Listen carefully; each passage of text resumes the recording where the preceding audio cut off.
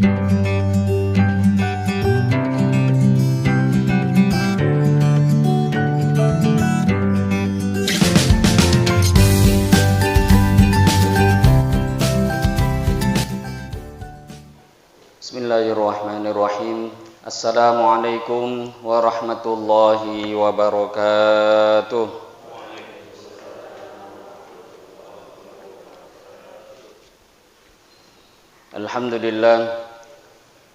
Alhamdulillahilladzi amarna bil ittihadi wal wifaq wa nahana 'anil syiqaqi wan nifaq wa nastaghfiruhu wa natubu ilaihi min su'il af'ali wal akhlaq. Wa nashhadu an la ilaha illallah wahdahu la syarika lah al-muhsinur rahimul khallaq. Wa nashhadu anna sayyidana wa maulana Muhammadan abduhu wa rasuluhul mab'utsu mutammiman bimakarimil akhlaq. Allahumma salli wa sallim ala sayyidina Muhammadin afdalil khalqi 'alal itlaq wa ala alihi wa ashabihi al-faizina binushil ummati fil afaq. Salatan wa salaman daimaini mutalazimaini ila yaumit talaqa. Amma ba'd. Faqad qala Allah subhanahu wa ta'ala fi kitabihil karim ba'da a'udzu billahi minasy syaithanir rajim. Wa man ahsanu qawlan mimman da'a ila Allah wa 'amila shalihan wa qala innani minal muslimin. Shadaqallahul azim. Alhamdulillah, hadirin bapak-bapak, ibu-ibu, jemaah salat subuh yang dimuliakan Allah Subhanahu wa taala. Pertama-tama mari kita bersyukur kepada Allah Subhanahu wa taala dengan mengucapkan alhamdulillahirabbil alamin. Bersolawat kita kepada Rasulullah sallallahu alaihi wasallam dengan mengucapkan Allahumma shalli ala sayyidina Muhammad wa ala ali sayyidina Muhammad. Yang saya hormati Bapak Ketua Masjid beserta pengurus yang hadir pada pagi hari ini. Yang saya hormati para alim ulama, tokoh masyarakat, cerdik pandai yang juga hadir dalam kesempatan yang mulia ini. Yang saya hormati Bapak-bapak, ibu-ibu, hadirin dan hadirat yang tidak bisa disebutkan namanya satu persatu, yang insya Allah kita yang hadir pada pagi hari ini semua mendapatkan rahmat daripada Allah Subhanahu wa taala. Amin ya rabbal alamin. Bapak Ibu jemaah salat subuh yang dimuliakan Allah Subhanahu wa taala. Mari kita bersyukur lagi dan lagi pada Allah Subhanahu wa taala karena hanya dengan semata-mata rahmat daripada Allah Subhanahu wa taala kita bisa datang ke masjid tempat yang mulia ini.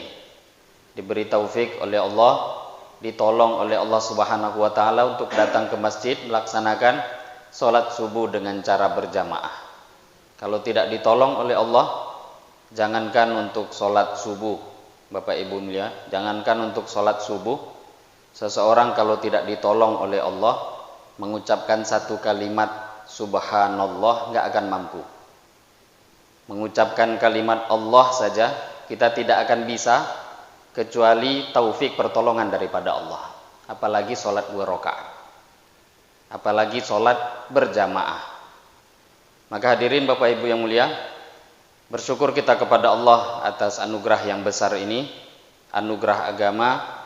Berharap dengan kita bersyukur atas anugerah agama ini, Allah Subhanahu wa taala istiqomahkan kita. Allah Subhanahu wa taala selalu tolong kita, beri taufik untuk taat pada Allah. Satu harapan, ketika Allah Subhanahu wa taala memanggil kita, dalam keadaan kita taat kepada Allah, dalam keadaan mengamalkan agamanya Allah Subhanahu wa taala. Amin ya rabbal alamin. Bapak Ibu yang mulia, pada kesempatan yang singkat ini, insya Allah sampai masuknya waktu isyraq nanti, kita akan melanjutkan membaca beberapa hadis daripada kitab Al-Arba'in An-Nawawiyah. Tadi Bapak Imam kita nyampaikan hadis yang kelima, keenam. Kalau nggak salah sudah yang ketujuh ya. Kalau memang terlewat besok kita kembali lagi hadis yang keenam. Tapi kalau tidak salah sudah masuk hadis yang ketujuh. Pada kesempatan kali ini kita akan membaca hadis yang ketujuh, Al-Haditsus Sabi' daripada kitab Al-Arba'in An-Nawawiyah. An Abi Ruqayyah Tamim bin Aus Ad-Dari radhiyallahu taala anhu qol, diriwayatkan daripada Abu Ruqayyah. Abu Ruqayyah yaitu Tamim ibnu Aus Ad-Dari. Kunyah beliau Abu Ruqayyah. Ini kunyah orang yang menggunakan nama didahului menggunakan abun atau ummun, itu kunyah. Ini kita ulang-ulang supaya tidak lupa. Dan ini memang menjadi adat istiadat, bahkan dianjurkan. Dalam Al-Adhkar An-Nawawiyah beliau bahas, Al-Imam An-Nawawi, tentang pembahasan nama-nama. Nah, di antara anjuran, dan itu memang juga menjadi adatnya orang Arab, memiliki kunyah atau lakob. Lakob itu gelar. Nah, ada satu orang sahabat, nama kunyahnya adalah Abu Ruqayyah. Nama aslinya Tamim ibnu Aus Ad-Dari radhiyallahu anhu. Ini beliau termasuk sahabat yang masyhur walaupun agak akhir-akhir masuk Islam. Beliau masuk Islam tahun 9 Hijriah, menjelang Nabi wafat. Nabi sudah hijrah ke Madinah tahun ke-9, beliau datang ke Madinah masuk Islam. Dan cerita masuk Islamnya Tamim Ad-Dari ini pun menjadi masyhur karena beliaulah satu-satunya sahabat yang datang kepada Nabi bercerita bahwa berjumpa dengan Dajjal laknatullah alaih. Nah, itu ceritanya masyhur. Termasuk manakibnya Tamim Ad-Dari, bercerita kepada Nabi. Kemudian selepas Nabi mendengarkan cerita Tamim Ad-Dari, naik kapal, kemudian terkena badai, terombang-ambing. Kemudian pada waktu itu beliau terdampar di satu pulau dengan kawan-kawannya, berjumpa dengan satu makhluk namanya Dajjal. Singkat cerita selamat, Dajjal malah bertanya tentang Nabi akhir zaman yang diutus. Jadi yang mengajak Tamim untuk masuk Islam itu malah Dajjal. Nah, jadi hidayah itu tersembunyi di mana-mana. Kadang ada orang yang begitu buruknya, bahkan dalam satu riwayat diterangkan bahwa innallaha yu'ayyidu hadzal din birajulin fajir. Allah itu terkadangan menguatkan agama ini. Agama itu dikuatkan oleh Allah birajulin fajir, dengan orang yang pendurhaka, ahli maksiat, tapi terkadangan digunakan Allah untuk asbab agama itu mulia, walaupun sebenarnya dia pun juga tidak dapat hidayah. Jadi hidayah itu tersembunyi di mana-mana. Banyak kalau kita buka sejarah. Ada satu orang, tapi ini Islam, namanya Hajjaj bin Yusuf Ats-Tsaqafi. Menjadi gubernur di zaman khilafah Abdul Malik bin Marwan. Ini saking zolimnya Hajjaj bin Yusuf, itu ratusan sahabat dia bunuh. Padahal orang membunuh satu orang Islam saja itu sudah dosanya luar biasa. Walaupun orang Islam itu pendosa, kok dia bunuh, itu nggak ada hak dia membunuh orang lain. Lah ini yang dibunuh bukan umat Islam biasa, sahabat dibunuh, tabi'in dibunuh. Termasuk yang dibunuh oleh Hajjaj bin Yusuf itu adalah Abdullah bin Zubair radhiyallahu taala anhu. Termasuk yang dibunuh, disalib. Abdullah bin Zubair putra daripada Asma binti Abu Bakar, cucunya Abu Bakar. Dan bukan satu orang, ratusan sahabat dia bunuh. Dibunuh pun dalam keadaan sholat. Tapi seburuk-buruknya Hajjaj ini, kita orang-orang Islam itu tidak bisa terlepas daripada jasanya Hajjaj sampai sekarang. Kenapa? Yang membuat titik-titik dalam Al-Quran. Jadi huruf-huruf Arab itu sebenarnya antara nun dengan ba itu nggak ada bedanya. Antara huruf ta dengan huruf tha, 2 titiknya atau 3 titiknya, itu nggak ada bedanya. Jangankan harokat, kalau sekarang huruf sudah ada titiknya. Nah, kalau istilah para ulama itu Arab gundul, padahal masih belum gundul, itu masih ada titik. Yang tidak ada hanya harokat. Aslinya bahasa Arab itu titik pun tidak ada. entah gimana membaca. Maka dimulailah pada waktu itu hajat. Islam sudah menyebar. Tidak semua orang Islam itu orang Arab, tidak mengerti dengan huruf-huruf Arab. Maka kemudian dialah yang memulai untuk memberikan titik-titik di dalam huruf-huruf Al-Quran.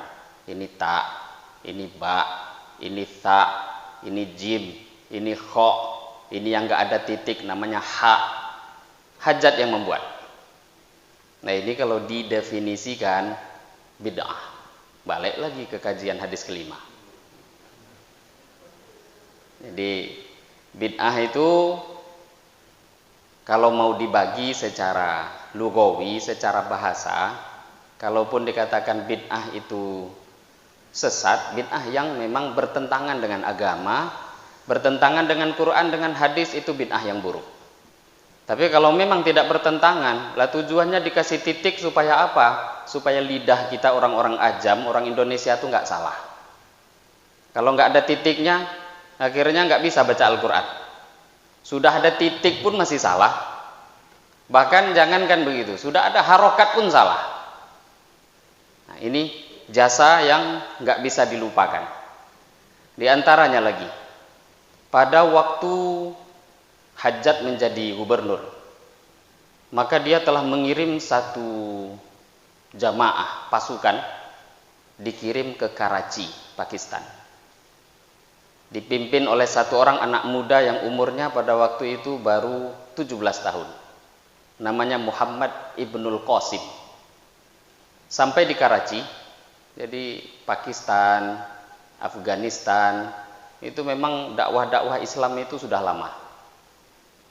Bahkan kalau Bapak Ibu pernah mengkaji kitab Sunan Abu Daud, ini termasuk kitab induk kita dalam hadis, Sunan Abu Daud, di sana ada riwayat yang menerangkan sahabat, ditulis di situ tulisannya Kabul. Kabul itu ibu kotanya Afghanistan. Jadi zaman tabi'in, Kabul itu sudah didatangi oleh para sahabat. Begitu juga Pakistan. Karena memang mereka kan cuma dibatasi selat saja, Laut Arab. Dikirimlah satu pasukan dipimpin oleh Muhammad Ibnul Qasim. Maka sampai di Karachi, Muhammad Ibnul Qasim perintahkan kepada seluruh pasukan, sekarang bakar seluruh kapal yang ada. Pasukan pun membakar kapal. Kenapa? Kata Muhammad Ibnul Qasim, kalau kita tidak berjuang di jalan Allah, maka sekarang kita mati syahid semua di sini di jalan Allah. Nah, pilihannya hidup mulia atau mati syahid. Sehingga akhirnya sekarang ini mayoritas 99% di negeri Pakistan itu Islam. Bahkan di negara di dunia ini yang menggunakan Republic of Islamic itu hanya dua. Iran, itu mayoritas Syiah. Kemudian Pakistan, yang bercampur ada sedikit Syiah juga di sana. Dan Pakistan itu dulu kan India, pecah-pecah terakhir. Negeri anak benua. Ketika Islam sudah menyebar di sana, orang-orang India itulah, Gujarat atau bahasa lainnya Pakistan, datang ke Indonesia untuk berdakwah. Maka sampai sekarang Islam di Indonesia pun kita pelajari datangnya dari negeri India, Pakistan. Lah kalau bukan gara-gara Hajjat bin Yusuf, nggak tahu itu entah Islam atau enggak kita. Lah seperti apapun kebaikan dia sebegitu besar, terutama di dalam keilmuan Islam dan di dalam dakwah Islam, Hajjat bin Yusuf. Tapi sepakat ulama mengatakan ini Hajjat ini dosanya lebih besar daripada pahalanya. Ini bukan mendahului Allah, tidak, saking banyaknya dosa. Jadi kadang Allah itu mengangkat agama ini dengan orang-orang, innallaha yu'ayyidu hadzal din birajulin fajir. Terkadang Allah itu mengangkat, memuliakan agama ini, dikuatkan agama oleh Allah dengan orang-orang yang pelaku dosa. Kan banyak, kalau giliran sholat gak mau, tapi kalau agama dipijak dia yang maju. Ya itu juga salah, tapi lumayan lah. Ada orang yang seperti itu.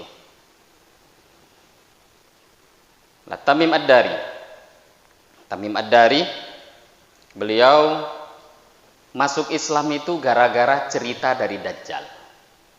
Seburuk-buruk manusia itu diantaranya Dajjal laknatullah alaih. Tapi asbab Dajjal malah Tamim Ad-Dari masuk Islam, datang ke Madinah. Saya datang dengar cerita bahwa Nabi Muhammad diutus. Jumpa Dajjal. Maka singkat cerita, ketika Nabi mendengarkan kisah dari Tamim, pada waktu itu ada pengumuman, as-sholatu jami'ah. Ini dalam hadis, as-sholatu jami'ah. As-sholatu jami'ah itu adalah satu sunnah untuk mengumpulkan umat Islam mengerjakan sholat sunnah. Itu pertama. Kalau iqomah itu mengumpulkan umat Islam untuk mengerjakan sholat fardu.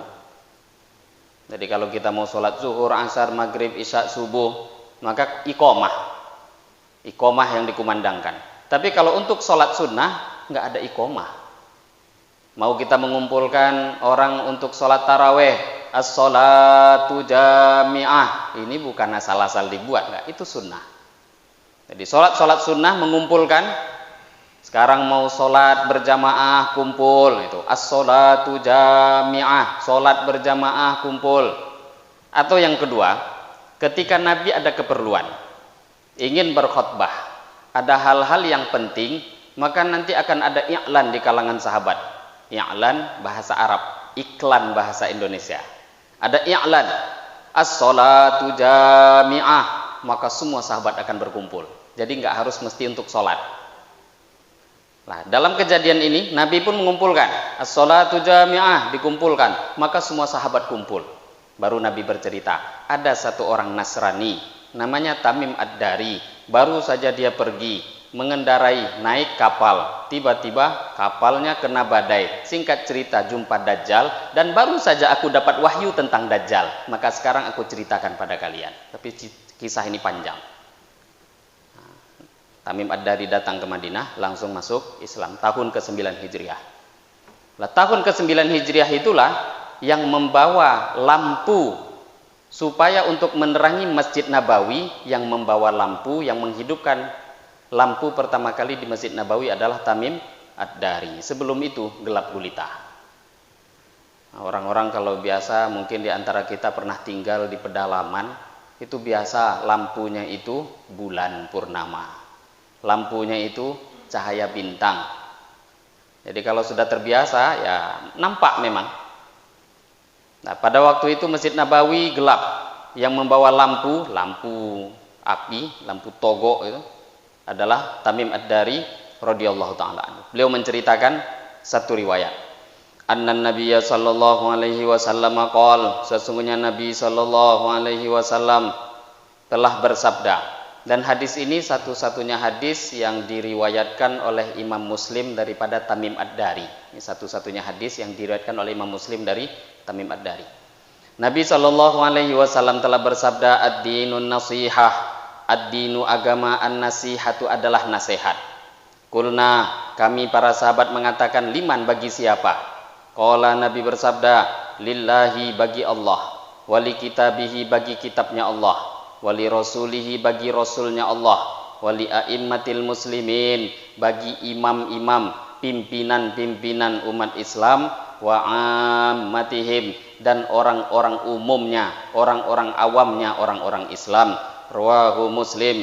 Hadis ini diriwayatkan oleh Imam Muslim rahimahullahu taala. Ini hadis namanya matan. Kalau enggak diterangkan kebingungan. Agama itu nasihat, kata Nabi. Nasihat untuk siapa ya Rasulullah? Nabi enggak langsung nerangkan. Nabi ingin menimbulkan bagaimana sahabat itu punya rasa keingintahuan dengan agama. Maka Nabi diam sesaat, sahabat bertanya, agama nasihat? Maka Nabi enggak lanjutkan. Ingin memunculkan sahabat itu ada enggak rasa tolak dengan ilmu. Maka sahabat tanya, nasihat untuk siapa ya Rasulullah? Maka baru Nabi katakan, nasihat untuk Allah. Maka Allah dinasihati. Enggak bisa. Terus memahami ini bagaimana? Dari syarah. Bagaimana para ulama memberikan keterangan maksud nasihat untuk Allah itu apa? Pertama, nasihat itu sendiri kita harus tahu. Nasihat itu adalah iradatul khair ilal ghair. Menginginkan kebaikan untuk orang lain, itu namanya nasihat. Secara umum begitu. Ingin kebaikan untuk yang lain, orang lain, itu nasihat. Tapi tentu tidak berlaku ini untuk Allah. Walaupun lafadznya nasihat untuk Allah, maka beda nanti artinya nasihat itu untuk makhluk. Lah itulah diantara pentingnya kita ini, kalau membaca zohir-zohir ayat atau zohir-zohir hadis yang secara zohirnya tidak pantas untuk Allah, dikarenakan itulah para ulama mentakwilkannya. Yang menakwilkan bukan kita. Yang mentakwilkannya sahabat, orang-orang soleh terdahulu, para alim ulama, orang yang rosikh, yang dalam ilmunya di dalam agama, itu yang mentakwilkan. Kalau kita nggak boleh. Kita bukan siapa-siapa. Apa makna ayat yadun dalam Quran? Tengok tafsir. Oh, takwilnya begini. Bukan kita yang menakwilkan. Maknanya kalau dizohirkan keliru. Lafadznya sama, tapi untuk Allah berbeda, untuk makhluk tidak sama. Di sini ad-dinun nasihah lillahi. Nasihat untuk Allah. Apa maknanya nasihat untuk Allah? Maknanya kita taat kepada Allah. Sembah Allah, hambakan diri pada Allah, beriman kepada Allah, laksanakan perintah-perintah Allah, jauhi semua larangan-larangan Allah. Itu maknanya nasihat untuk Allah. Bukan menasehati Allah, enggak. Taat pada Allah. Bagaimana mungkin seseorang tidak mau taat? Yang menciptakan kita Allah, yang mengeluarkan kita dari perut ibu kita Allah. Waktu kita berada dalam perut ibu kita 9 bulan 10 hari, yang mengatur makan, minum, darah berjalan, makanan masuk ke perut kita, tidak pernah kita mencari makan, tahu-tahu makan datang. Siapa yang mengantar makanan? Allah. Setelah itu pun kita terlahir ke dunia. Ada udara diberi Allah, ada air minum diberi Allah, makan juga datang dari Allah, hidup kita dilihat Allah, diperhatikan oleh Allah, hari-hari berhajat kepada Allah, tidak bisa hidup kecuali dihidupkan oleh Allah, tidak bisa bergerak kecuali digerakkan oleh Allah, tidak bisa berbuat apa-apa kecuali ditolong oleh Allah. Lah kok tahu-tahu nggak mau beriman taat pada Allah? Apakah itu bukan orang celaka? Maka nasihat untuk Allah, iman pada Allah, sembah Allah. Bisa menyembah Allah ketika kita merasa diri hamba. Merasa diri jadi hamba, baru bisa nyembah Allah. Ini yang pertama, nasihat untuk Allah. Yang kedua, wali kitabihi, nasihat untuk kitabnya Allah. Kitabullah, secara umum semua kitab-kitab yang Allah turunkan, secara khusus Al-Quran. Karena Al-Quran itu memang sebagai penutup dari kitab-kitab sebelumnya. Kitab-kitab terdahulu yang kita imani ya memang yang masih asli. Jangan sampai tertipu ada orang, Injil kan ini kitabullah, itu juga kan kitabullah, harus beriman. Ya, Injil yang Allah turunkan, yang masih otentik, asli, itu yang kita imani. Yang mana yang diimani? Yang sesuai dengan Al-Quran. Kalau nggak sesuai, maka kita tidak beriman. Maka menyikapi daripada ayat-ayat atau kitab-kitab yang diturunkan sebelum Al-Quran, kalaupun kayaknya sepertinya masih ada, maka ditengok sesuai dengan Quran atau tidak. Tapi para ulama mengatakan kita tidak membenarkan dan tidak juga membohongkan. Ini kitabullah, ya, tapi tidak dibenarkan, tidak dibohongkan. Yang diikuti Al-Quran. Sesuai, maka yang kita benarkan karena Al-Qurannya, bukan karena itu dianggap sebagai kitabullah, tidak. Di sini Bapak Ibu yang mulia urutannya nomor 2. Biasanya kita selalu mendengar iman pada Allah, Rasul. Di sini kitab, sama dengan urutan di hadis-hadis sebelumnya, kata para ulama. Ini diantara hikmahnya, ini makna urutan dari segi turunnya ke permukaan bumi. Jadi yang agama itu Allah Subhanahu wa ta'ala menyampaikan wahyu lewat malaikat. Malaikat membawa wahyu kitabullah, firman Allah, baru dikirimkan kepada utusan-utusannya, kepada Rasul. Ini dari segi hikmah urutan datang. Beriman kepada kitabullah ini sebenarnya sudah mencakup keseluruhan. Sering para ulama nyampaikan, ini sebagai tamthil, diulang supaya kita ini lebih paham. Beriman kepada kitabullah itu penting. Kita ini, Bapak Ibu yang mulia, kalau membeli barang, itu barang tuh mesti ada buku petunjuk. Beli sepeda motor, ada namanya buku petunjuk. Beli mobil, tambah tebal lagi buku petunjuk untuk mengendarai. Kalau kita ini beli yang lebih mahal lagi, mobilnya tambah tebal lagi. Kalau kita punya uang mampu beli pesawat, tambah rumit lagi itu bukunya. Elektronik, kipas angin yang murah seperti itu, ada buku petunjuknya. Beli HP, ada buku petunjuknya juga. Kenapa? Karena kalau salah-salah pakai, gawat. Tidak sampai 1 hari umurnya meledak. Mobil itu ditulis, ini bahan bakarnya bensin. Dia isi solar. Apa jadinya? Bongkar mesin. Padahal salahnya cuma tipis. Kenapa? Salahnya nampaknya sedikit. Tidak baca buku, tidak mengikuti buku petunjuk. Lah barang-barang seperti benda-benda begitu saja perlu buku petunjuk. Katanya karena alat-alat itu elektronik, barang canggih, barang hebat. Tidak ada barang, makhluk, benda yang lebih canggih, lebih hebat, melebihi manusia. Itu nggak ada. Pabriknya itu luar biasa. Langsung ciptaan Allah. Lah masa barang secanggih manusia terus nggak ada buku petunjuknya? Mesti ada. Lah buku petunjuk kita mana? Cara pakai tubuh manusia itu adalah Al-Quran.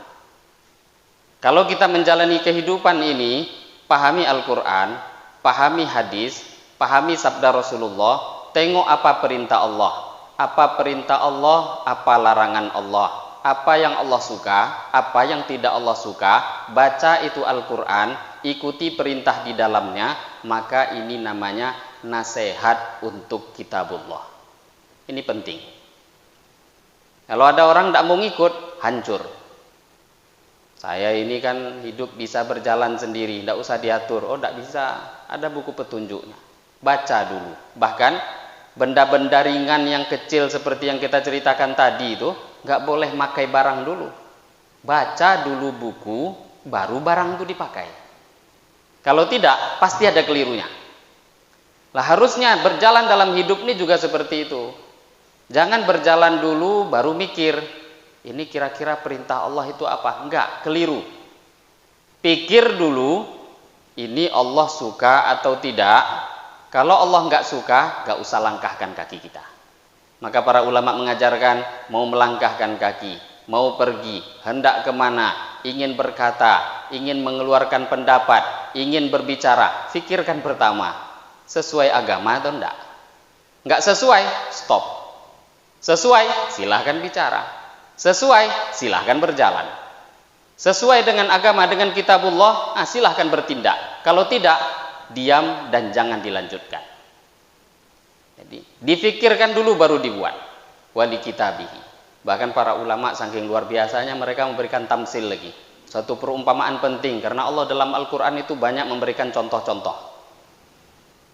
Kita ini Bapak Ibu yang mulia kalau dapat surat dari orang hebat, dari pimpinan Presiden Amerika Serikat untuk Fulan Ibnu Fulan, surat penting buat Anda, ditulis namanya kita di surat itu.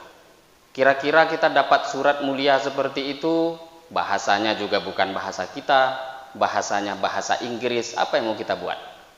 Pasti kita akan sibuk mondar-mandir. Baru saja surat itu sampai di tangan, tidak akan kita lewatkan, cari orang mana yang bisa bahasa Inggris. Tolong diterjemahkan, saya nggak paham isinya. Tolong diterangkan apa maksud isi surat ini. Tolong diberitahu kenapa ini apa isinya. Nggak mau orang tuh beritahu, kita bayar. Nggak namo, bayar bagailah, berapa maunya. Maka kata para ulama seperti itu juga. Kita ini bukan dapat surat sekarang dari presiden, tidak. Bukan dari presiden Indonesia, bukan dari presiden Amerika, bukan daripada presidennya PBB, tidak. Kita dapat surat daripada zat yang menciptakan seluruh presiden yang ada di dunia. Dapat surat dari Allah, namanya Al-Quran. Nah, ternyata Al-Quran bukan bahasa kita. Bahasanya Arab, kebanyakan manusia tuh nggak paham dengan bahasa Arab. Tapi kalau orang itu ada keagungan Allah dalam hati, tahu siapa Allah, faham dengan keagungan Allah, dia nggak akan diam. 1 detik pun tidak akan dia biarkan, dia akan cari siapa yang bisa menerangkan pada saya isinya Al-Quran ini. Apa maksudnya? Apa kehendak yang ada di dalamnya? Kenapa Allah kirim surat pada saya? Datang pada para ulama. Duduk dalam kajian, undang juga orang dalam kajian. Nggak paham dia dengan agama, kecuali dia diterangkan dulu oleh orang-orang yang ahlinya. Nggak mau kadang, dia bayar itu.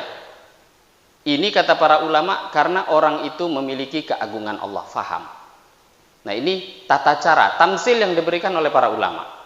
Jadi beriman kepada kitabullah, nggak cukup hanya dengan kita katakan, ya udah, iman Pak dengan kitabullah, ya iman. Isinya kita nggak tahu.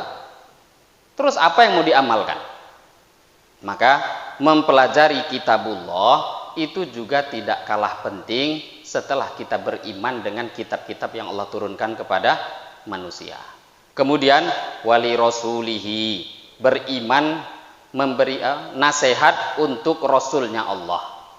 Nasihat di sini juga sama, bukan kita mau menasehati Nabi, enggak. Nasihat untuk rasul-rasulnya Allah, nasihat untuk kepada para nabi, rasulnya Allah itu beriman pada mereka. Ikuti sunnah para nabi, ikuti perintah mereka, ikuti arahan-arahan yang mereka berikan. Kita ini Bapak Ibu yang mulia, jangankan untuk urusan dunia, untuk urusan agama saja kadang kita ini ketika mendengarkan hadis Nabi itu masih tidak mau ngikut. Jangankan urusan dunia, urusan agama, misalkan kita mendengarkan satu bab, itu kebanyakan orang yang ngaku Islam pun tidak mau ngikut. Alah, itu kan sunnah saja. Lah memangnya sunnah itu apa? Padahal dulu sahabat itu jangankan urusan agama, urusan dunia pun ikut Nabi. Yang sekarang kita ejek orang-orang katanya mabuk agama. Lah mabuk agama salahnya di mana? Pemahaman mabuk agamanya dia kan salah.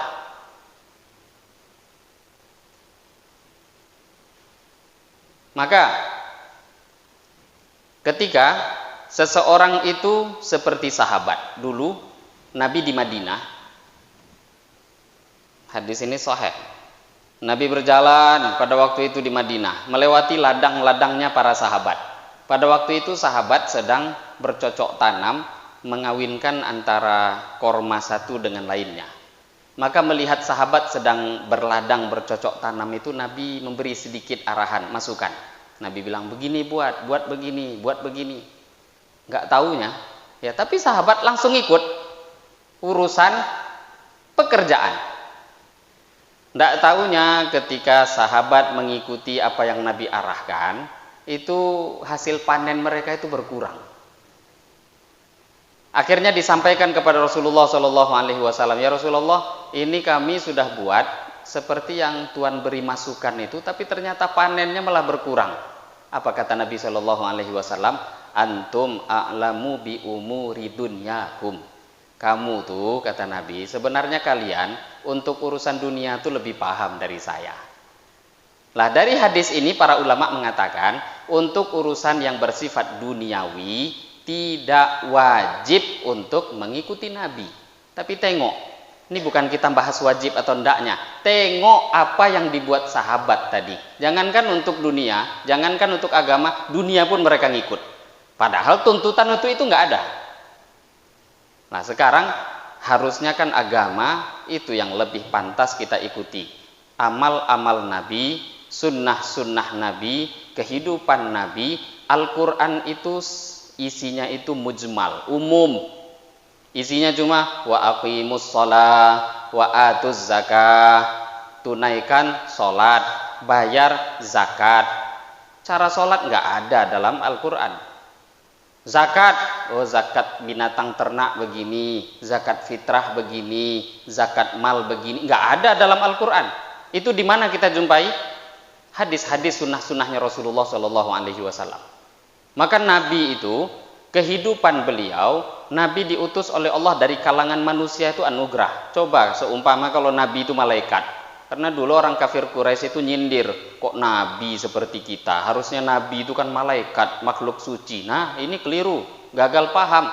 Nabi itu diutus, dikirim ke dunia ini manusia, itu anugerah. Kenapa kok nabi itu manusia? Untuk ditiru. Malaikat nggak tidur, apa yang mau kita tiru? Malaikat nggak makan, nggak minum, nggak ada yang kerja di kantor. Maka kalau malaikat itu ketika nggak punya kerja, nggak makan, nggak minum, nggak punya istri, nggak punya suami, nggak punya anak, nggak ada kesibukan, nggak pakai capek, nggak ada melawan, nggak ada nafsu, kok malaikat bisa sholat 1000 rakaat, itu nggak ada harganya. 1000 rakaat malaikat sholat, itu biasa, nggak ada harganya. Beda dengan kita manusia. Manusia itu punya istri, punya anak, punya suami, punya kerja, kerja dapur, kerja kantor, banyak urusannya. Lah kok di tengah-tengah urusan ada tidurnya pula, hujan lagi subuh-subuh. Kok mau sholat subuh 2 rakaat? Mahal itu di sisi Allah. Beda. Ini manusia. Kita ini ada yang ditiru, dan yang ditiru itu pun juga makhluk manusia seperti kita. Itulah para nabi, para rasul. Bangun tidur mereka sampai mereka tidur kembali, kehidupan 24 jam, itu namanya sunnah. Apabila kita ikuti dari mulai tidur sampai tidur kembali, itu namanya kita memberikan nasihat, mengikuti daripada rasul-rasul utusan Allah Subhanahu wa taala. Jadi nggak ada yang sia-sia hidup tuh. Kalau orang nggak mau ngikut, sia-sia. Wali rasulihi, nasihat untuk rasulnya Allah. Kemudian wali a'immatil muslimin. Kalau kita buka kitab Fathul Mubin, imam yang dimaksud di sini khalifah wa nuwabuhum, naib-naibnya khalifah. Khalifah dan penggantinya. Nah, sekarang khalifah udah nggak ada, penggantinya nggak ada. Lah terus siapa? Ya kalau memang ada pimpinan-pimpinan di kalangan kita, orang Islam, terus perintah mereka tidak bertentangan dengan perintah Allah, ya ikuti. Itu aja syaratnya. Selagi pimpinan-pimpinan kita itu menyuruh hal-hal yang tidak bertentangan dengan agama, itu kaidah, ikuti mereka. Tapi kalau sudah yang dilawan itu agama, la ta'ata li makhluqin fi maksiatil khaliq, tidak ada ceritanya taat pada makhluk kalau urusan maksiat kepada Allah. Nah, kalau sudah maksiat, tinggalkan, entah siapapun dia. Tapi kalau urusannya masih mubah, boleh. Apalagi nyuruh kita taat pada Allah, walaupun dia nggak taat, disuruhnya kita sholat. Nah, bosnya nyuruh dia sholat, kenapa nggak dikerjakan? Itu bukan perintahnya bos kita saja, itu perintah Allah. Wali a'immatil muslimin, a'immah itu jamaknya imam, wa ammatihim, dan orang awam, orang umumnya umat Islam. Dia bukan amir, dia bukan pimpinan, dan bukan orang alim. Maka itu namanya orang awam. Juga kita menginginkan nasihat untuk orang-orang umum di kalangan umat Islam. Dan ini tidak kalah penting. Hadis yang berkaitan, dan ini kata para ulama, hadis yang kita baca ini memang melingkup, kata para ulama, sampai hadis ini melingkup setengah daripada Islam. Ya bagaimana tidak? Iman pada Allah, kitabullah, rasulnya Allah. Iman kepada, kemudian memberikan nasihat kepada pimpinan-pimpinan dan kepada seluruh umat Islam. Memberikan, kita ini menginginkan kebaikan untuk umat Islam ini penting. Karena ada orang inginnya tuh kebaikan cuma untuk diri. Untuk orang lain dia tidak mau memikirkan. Nah, ini menunjukkan dia itu imannya lemah. Kok cuma taat sendiri, tidak menginginkan orang Islam dapat kebaikan, imannya lemah. Banyak hadis Nabi menerangkan tentang hal itu. Kata Nabi, la yu'minu ahadukum hatta yuhibba li akhihi ma yuhibbu li nafsi. Tidak beriman. Nah, itu terjemah letter like-nya begitu. Tidak beriman, la yu'minu. Tapi para ulama, diantaranya Imam Asy-Syafi'i, di sini nerangkan tidak beriman itu maknanya tidak sempurna imannya. Nah, ini kan kalau nggak diterangkan kan gawat. Tidak beriman, tidak sempurna iman salah seorang di antara kalian sebelum dia mencintai untuk saudaranya apa yang dia cintai untuk dirinya sendiri. Hadis ini sering salah terjemah. Jadi bukan mencintai saudara seperti mencintai diri, itu kurang. La yu'minu ahadukum hatta yuhibba li akhihi ma yuhibbu li nafsi. Mencintai apa? Mencintai perkara yang dia cintai untuk orang lain seperti perkara itu dia cintai untuk dirinya sendiri. Ini terjemah yang pas. Kalau dalam Sahih Al-Bukhari, ini kan hadis riwayat Imam Bukhari. Itu setelah hadis ini Imam Bukhari melanjutkan ada beberapa riwayat yang seolah-olah menjadi tafsir atau keterangan hadis, beberapa hadis yang menjadi keterangan untuk hadis itu. Nabi bertanya pada para sahabat, apakah kalian suka masuk surga? Suka enggak masuk surga? Kata Nabi. Maka sahabat mengatakan, tentu ya Rasulullah, suka masuk surga. Maka baru Nabi lanjutkan, cintailah untuk saudaramu apa yang kamu cintai untuk dirimu sendiri. Maknanya, kalau kita suka masuk surga, kita harus suka orang lain juga masuk surga. Suka atau tidak kita sholat subuh berjamaah? Senang atau tidak? Senang, suka. Kita kalau ingin iman sempurna, harus suka juga orang lain bisa sholat berjamaah seperti kita bisa sholat berjamaah. Suka atau enggak hidupnya itu mudah, gampang, hidupnya itu dimudahkan Allah. Baca Al-Quran nikmat, senang hati. Ketika kita taat pada Allah senang, maka iman pun tidak akan sempurna sebelum kita juga suka orang lain mendapatkan apa yang kita dapatkan. Itu tanda kesempurnaan iman. Lah ini nggak bisa dapat, nggak bisa kita amalkan kecuali dengan dakwah. Maka di sini nasihat itu harus ada juga untuk umumnya umat Islam. Maknanya menginginkan kebaikan untuk orang lain. Bukan cuma kita yang mau dapat kebaikan, orang lain juga inginkan. Jangan cuma kita. Kok taat sendiri? Itu bukan kemuliaan kita. Taat sendiri itu kemuliaan umat-umat terdahulu. Umat Nabi Nuh, umat Nabi Musa. Itu kalau sudah soleh-soleh sendiri aja lah sana. Mau masuk surga, sendiri aja. Kalau bisa masuk ke gua, bertapa dia di situ, taat pada Allah, mati sendiri dah cukup. Kenapa? Memang tidak perlu. Nyampaikan agama cuma tugasnya Nabi dan Rasul. Ketika Nabi dan Rasul pada waktu itu wafat, maka Allah kirim lagi Nabi baru. Petugas dakwah yang baru datang lagi. Akhirnya agama muncul lagi. Ketika agama sudah sempurna, maka nanti Nabinya meninggal.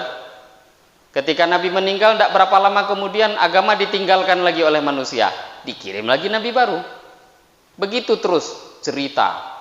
Dunia ini datang Nabi, datang Rasul, datang agama. Meninggal Nabi, meninggal Rasul, meninggal pula agama. Sampai yang mulia baginda Muhammad Sallallahu Alaihi Wasallam. Lah selepas beliau, sering tuh ustadz-ustadz mengatakan, la nabiyya ba'dah, la rasulah ba'dah. Tidak ada Nabi, tidak ada Rasul selepas beliau. Kenapa? Tugas Nabi, tugas Rasul itu sudah Allah berikan pada kita. Siapapun kita harus punya nasihat kepada orang Islam. Tidak boleh taat sendiri, bukan ciri khas umat Nabi Muhammad Sallallahu Alaihi Wasallam. Rawahu Muslim, diriwayatkan oleh Imam Muslim rahimahullahu taala. Ini hadis penting, menjadi pondasi juga di dalam agama Islam. Al-haditsus tsamin, hadis yang ke-8. An Ibnu Umar radhiyallahu anhuma, diriwayatkan daripada Ibnu Umar radhiyallahu taala anhuma, anna Rasulullah sallallahu alaihi wasallam, daripada Rasulullah sallallahu alaihi wasallam qala, beliau telah bersabda, umirtu, aku diperintah, an uqatilan nas, untuk memerangi manusia. Di sini memang uqatil, bukan memang memerangi. Hatta yashhadu, tapi an-nas di sini para ulama mengatakan orang musyrik, bukan ahli kitab. Hatta yashhadu, sehingga mereka bersaksi, an, bahwasanya an, sesungguhnya la ilaha, tidak ada Tuhan yang hak disembah, illallahu, kecuali Allah, wa anna Muhammadan, dan sesungguhnya Nabi Muhammad Rasulullah adalah utusannya Allah, wa yuqimu, dan mereka menegakkan as-salata, salat, wa yu'tu, dan mereka membayar az-zakat, zakat, fa idza fa'alu, apabila mereka mengerjakan dzalika, yang demikian itu, asomu, maka terjagalah mereka, minni, daripada aku, terjaga dima'ahum, darah-darah mereka, wa amwalahum, dan harta mereka, illa bihaqqil Islam, kecuali dengan haknya Islam. Wa hisabuhum, sedangkan hisabnya mereka alallahi ta'ala, atasnya Allah subhanahu wa ta'ala. Rawahul Bukhari wa Muslim, diriwayatkan oleh Imam Bukhari dan Imam Muslim rahimahumullahu ta'ala. Ini hadis yang ke-8 Bapak Ibu yang mulia. Ini termasuk hadis yang menjadi hal yang bahkan dibuat oleh orang-orang yang tidak suka agama untuk menakut-nakuti orang dengan agama Islam. Jadi hadis ini sebenarnya bukan ditakuti oleh orang kafir di luar Islam, enggak. Yang takut dengan hadis ini orang yang ngaku Islam tapi hatinya tidak Islam, namanya munafik. Sehingga ditakut-takuti. Tengok tuh, Islam itu bunuh orang aja kerjanya, merangi orang aja kerjanya. Membaca hadis, teks hadis dibaca, konteksnya nggak dia lihat, salah paham lah. Kapan, apa kondisinya, bagaimana keadaan Nabi kok mengatakan aku diperintahkan oleh Allah untuk memerangi manusia. Memang waktu itu tujuan Islam ini sering para ulama nyampaikan, Nabi itu selalu memberitahu bahwa tujuan dakwah, tujuan asli daripada agama ini bukan membunuh, enggak, tapi mengajak manusia agar dia masuk surga. Tapi terkadang ada orang, dalam satu riwayat hadis diterangkan, di antara umat ini ada orang, di antara umatku kata Nabi, ada orang yang masuk surga dengan diborgol. Itu gimana ceritanya masuk surga kok diborgol? Ada yang dia itu masuk surga itu agak dipaksa-paksa sedikit. Jadi nggak ada ceritanya, biarkan, itu hak asasi. Hak asasi itu ada batas. Jangan memahaminya dengan otak kita. Kalaupun ada, sesuaikan dengan agama. Karena memang ada, kata Nabi, orang itu yang masuk surga dengan diborgol. Kita punya anak, kalau kita nggak mendidik mereka, siapa yang mau mendidik? Kalau kita nggak beritahu agama pada mereka, siapa yang mau beritahu agama? Biarlah, ini hak asasi ini, pandai-pandai surang aja lah. Nggak bisa. Mau pandai-pandai sendiri, orang saja kalau dia itu artis, anaknya umur 3 tahun udah diajarkan untuk jadi artis. Kita kalau ingin anak kita beragama, mulai menjadikan dia ahli agama itu sebelum lahir sudah dijadikan dia ini ahli agama. Contohnya siapa? Maryam alaihissalam, ibundanya Nabi Isa, itu punya ibu namanya Hannah. Pada waktu itu Hannah hamil. Ini diceritakan dalam surat Ali Imran. Ketika hamil, apa kata Hannah? Hamil, inni nazartu laka ma fi batni muharrara fataqabbal minni innaka antas samiul alim. Hamil Hannah. Hannah itu istrinya Imran. Itu cerita Ali Imran, cerita keluarga Imran. Hannah hamil, maka waktu itu Hannah hamil, apa kata Hannah? Inni nazartu laka ma fi batni. Ya Allah, aku nazar. Aku nazarkan yang ada dalam perutku ini muharrara. Muharrara ini kalau kita tengok bahasa Arab artinya merdeka. Merdeka dari urusan dunia. Jadi tengok tafsir. Maknanya apa? Kok muharrar? Ya Allah, anak saya yang akan terlahir ini, beliau punya harapan anak itu laki-laki. Harapannya itu, ya Allah, ini anak saya nazarkan untuk agama, nanti akan berkhidmat di Baitul Maqdis. Itu harapannya Hannah. Nah, tahu-tahunya setelah lahir, falamma wada'atha qalat rabbi inni wada'tuha untha wallahu a'lamu bima wada'at wa laysat dzakaru kal untha. Ketika melahirkan, tahu-tahu yang lahir perempuan. Nampak sedikit agak kecewa. Kecewanya bukan karena tidak terima, ndak. Ya Allah, saya itu punya niat nih laki-laki supaya lebih mudah lagi dakwah berkhidmat di Baitul Maqdis, tapi kok perempuan. Ini wada'tuha untha.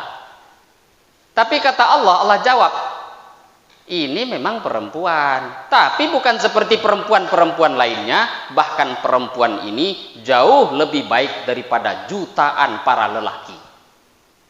Siapa? Maryam alaihi salatu wassalam. Nah, jadi yang kebaikan tuh kadang kita nggak tahu. Menurut kita ini baik, menurut Allah enggak. Jadi Mendidik anak dalam Islam bukan umur 3-4 tahun. Mendidik anak itu dimulai ketika sudah berada di perut ibunya. Itu didik anak, dimulai dengan doa. Nah, sekarang kita dengan dalil yang segala macam malah meninggalkan agama. Termasuk hadis ini. Ini untuk nakut-nakuti umat Islam di mana-mana. Kata Nabi, aku diperintahkan untuk memerangi manusia sehingga mereka bersaksi tidak ada Tuhan yang hak disembah selain Allah. Aku maksa-maksa mereka sedikit supaya masuk surga. Kemudian mereka mengerjakan sholat, membayar zakat. Lah kalau mereka sudah lakukan itu semua, sudah tidak halal untuk mengganggu mereka. Darah mereka terjaga, harta mereka terjaga. Tapi nanti kalau mereka kok munafik, kan ada orang Islam tuh munafik, nampaknya kayak sholat, nampaknya zakat, seolah-olah dia ngamalkan Islam tapi hatinya ndak. Maka seperti itu di dalam agama, wahisabuhum 'alallah. Hal-hal yang seperti ini bukan urusan kita, itu urusan Allah. Kita tuh diperintah hanya untuk menilai yang zahir, yang batin bukan urusan kita. Maka dalam satu hadis Nabi SAW bersabda, innakum lataqtasimuna ilayya wa la'alla ba'dukum alhana bihujjatihi min ba'di. Kalian, kata Nabi, ada yang bertengkar. Kemudian setelah bertengkar datang kepada saya untuk saya menyelesaikan urusan dia. Jadi Nabi yang menjadi hakimnya. Tapi kata Nabi, ketika datang dua orang, maka nanti tentu sebahagian mereka alhana bihujjatihi min ba'din. Ada yang pandai berbicara, akhirnya pandai menyampaikan dalil. Aslinya dia salah tapi tahu-tahu dimenangkan oleh Nabi. Tapi Nabi nyampaikan, aku menghukumi dengan zahir, apa yang tampak itu yang aku hukumi. Dan terkadang ada orang di antara kalian yang lebih pandai untuk berbicara, akhirnya dia malah yang menang, padahal dia salah. Nah, jadi Nabi dari dulu pun sudah buat yang zahir dinilai, yang batin bukan urusan kita. Wa hisabuhum 'alallah. Lah maka kenapa kok ada pengadilan di akhirat? Ada mahkamah ilahi. Pengadilan nanti di akhirat karena umumnya pengadilan dunia tidak seperti asli kebenaran. Walaupun tuh Nabi sendiri yang jadi hakimnya. Jangan tersinggung, iku menjadi hakim kok. Enggak. Jangankan Anda para hakim, Nabi pun hakimnya itu menilai zahir. Kok bukti tidak kuat, saksi tidak ada, ya sudah, mana yang nampak saksi buktinya di sana diserahkan. Kita tidak bisa menilai yang batin itu urusan Allah Subhanahu wa taala. Maka Bapak Ibu yang mulia, ini termasuk pondasi dalam agama Islam. Hadis ini panjang, nanti di kesempatan yang akan datang akan ada sedikit kaitan juga hadis tentang bagaimana hakul Islam. Orang itu kenapa boleh dibunuh? Itu ada aturan dan ini kita akan bahas nanti insya Allah di hadis yang di depan akan ada kaitan dengan hadis yang seperti ini. Mungkin ini yang bisa kita bahas pada pagi hari ini. Sudah masuk waktu sholat isyraq. Alhamdulillah Bapak Ibu yang mulia, itu saja yang bisa kita kaji pada kesempatan kali ini. Lebih kurangnya saya mohon maaf. Wabillahi taufiq wal hidayah. Wassalamualaikum warahmatullahi wabarakatuh.